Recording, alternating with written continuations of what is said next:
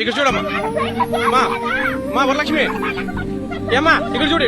ఇక్కడ చూడు పాపా ఇక్కడ చూడు ఏం పేరు నీ పని వరలక్ష్మి అన్నా కదా ఏం జరిగింది చెప్పమ్మా చెప్పు ఏం జరిగింది చెప్పమ్మా ఎందుకు ఇంత బాధపడుతుంది ఏం జరిగింది చేసుకోవడం లేదు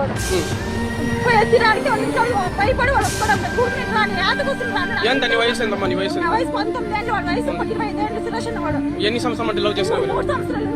మరి ఏమన్నాడు ఇప్పుడు పెళ్లి చేసుకున్నాడు ఎందుకు ఇంత ముందు ఏమన్నా పెళ్లి చేసుకోమని మరి ఎంత ముందు చేసుకుని 3 ఏళ్ళుగా నువ్వు పెళ్లి చేసుకోమని అడగలేదా మరి అయిపోయిందా వాళ్ళ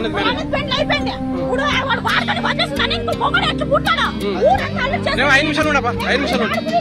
చెప్పమ్మా ఇటు చెప్పమ్మా ఇటు చెప్పు అంత ఫోన్ మాట్లాడలేదా అబ్బాయితో ఫోన్ లో మాట్లాడలేదా